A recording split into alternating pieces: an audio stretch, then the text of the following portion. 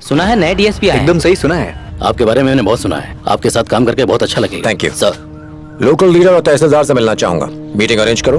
Pending cases की files मेरे table पर रखो। 100 पेंडिंग केसेस में से ज्यादातर कॉमन क्राइम्स थे, सिवाय एक के।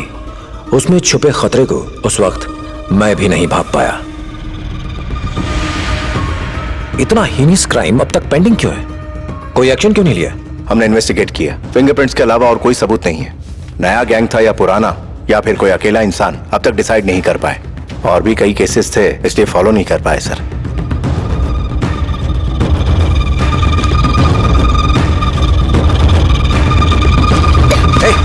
मम्मी पापा को घर भेज दिया और अब खुद बिजी हो गए। मैं तंग आ गई हूँ। प्रिया, यहाँ आओ। अरे आओ भी ना।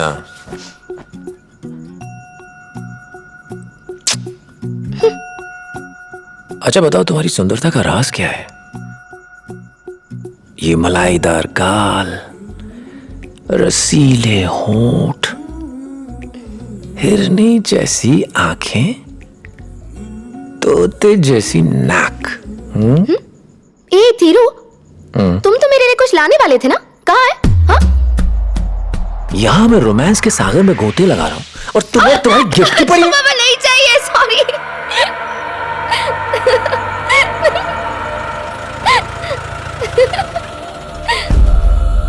दरवाजा खोलिए सर, हाईवे पे हमारी गाड़ी का एक्सीडेंट हो गया है। दरवाजा खोलिए, खोलिए दरवाजा।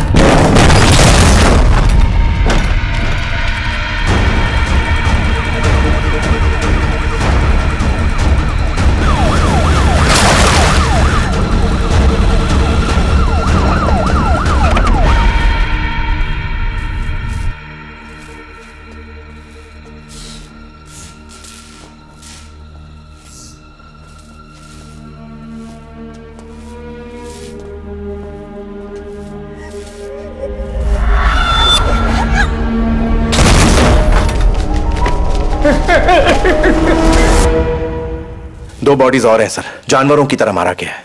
Same modus operandi. फोरेंसिक वाले फोटोग्राफर अब तक क्यों नहीं पहुंचे? उन्हें ब्लड सैंपल्स और फिंगरप्रिंट्स लेने को बोलो। Yes sir. एक भी एविडेंस मिस ना हो। एक एक इंच सर्च करो। Okay sir. Line method search arrange करो।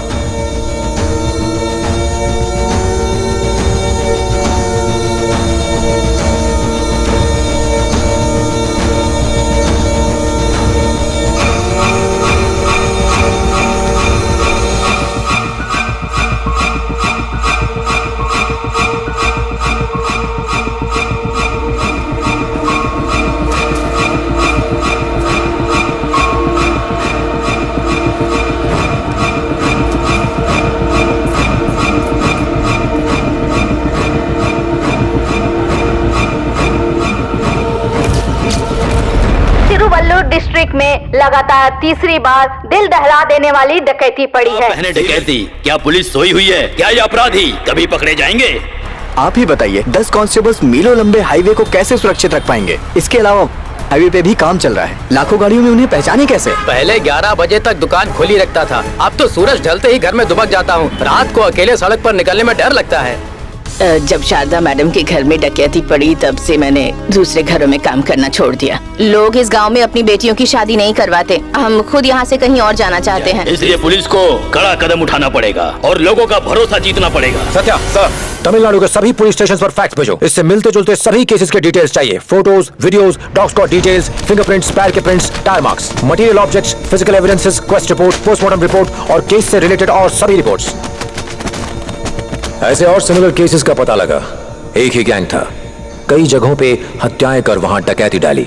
गुत्थी का एक सिरा ढूंढने के लिए हमने हैबिचुअल ऑफेंडर्स की लिस्ट बनाई और पूछताछ शुरू कर दी। चोरी करना एक आर्ट है। देखते ही वी कम टू नो घर में कितना माल होगा। घर में सूखते कपड़ों को देख के हाउ मेनी आदमी, औरत, नौकर है सब पता चल जाता है। डॉग्स भी बहुत इंपॉर्टेंट है। देसी ब्रीड है या फॉरेन ब्रीड, एक रोटी खाता है दूसरा बिस्किट। अपना औजार ले जाएंगे तो आप जैसे पुलिस वाले बाहर ही धर दबोचेंगे।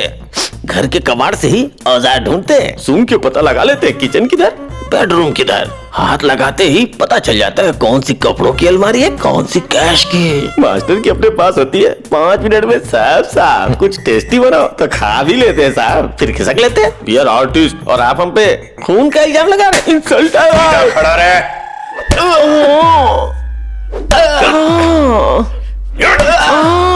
सर ये ऐसे नहीं मानेंगे। तुम हटो सत्या, डंडा मुझे दो।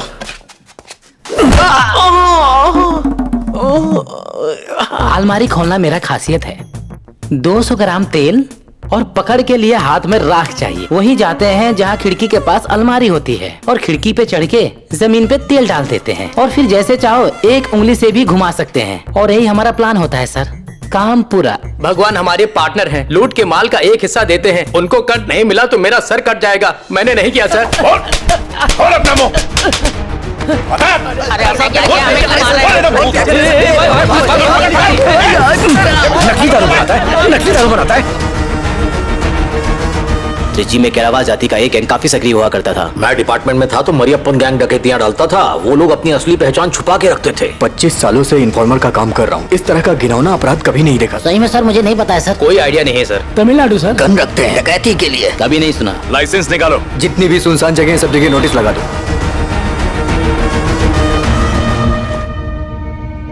पूरे स्टेट में आए दिन ऐसे केस सामने लगातार आ रहे हैं सर। ये वाला जस है। इसे देखिए सर, इसके सर पे वार किया गया जिससे इसकी मेमोरी चली गई। ये चोलावरम की है। इसके जबड़े तोड़ दिए, जॉ रिप्लेसमेंट की सर्जरी करनी पड़ी। ये गुमुटी पुंडी। हाँ सही कह रहे हैं सर। आप ढूंढते रहेंगे, वो मारते रहेंगे, आप उनका कुछ नहीं बिगाड़ सकते। आप लोग जाइए यहाँ से। ठीक है बैठ जाओ। एक मिनट डॉक्टर, ये डाकुट से आए हैं, हमारे नए डीएसपी हैं। सालों से एक सपना था, अपने घर में अपने बच्चे पोतों के साथ खुशी से रहना चाहती थी। जो कष्ट मैंने सहे हैं, मैं नहीं चाहती कि मेरे बच्चे सहे। जीवन भर मैंने त्याग किए हैं साहब। हम सब बहुत खुश थे, लेकिन उस काली रात को एक ही पल में सब कुछ खत्म हो गया। साहब, जो हमारे साथ हुआ वो किसी और परिवार के साथ ना हो। उन्हें जिंदा मत छोड़ना साहब, उन्हें फांसी दिलवाना ताकि और किसी के साथ ऐसा ना हो। उन दरिंदों को मत छोड़ना साहब। मेरे पास मत आओ, मेरे पास मत आओ। कभी कभी कभी कभी कभी कभी कभी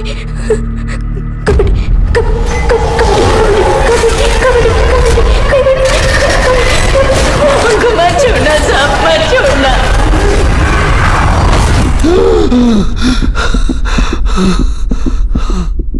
इन हाईवे डकैतियों को एक आम केस समझ के इन्वेस्टिगेशन शुरू किया था, बट ये ऑर्डिनरी केस नहीं है।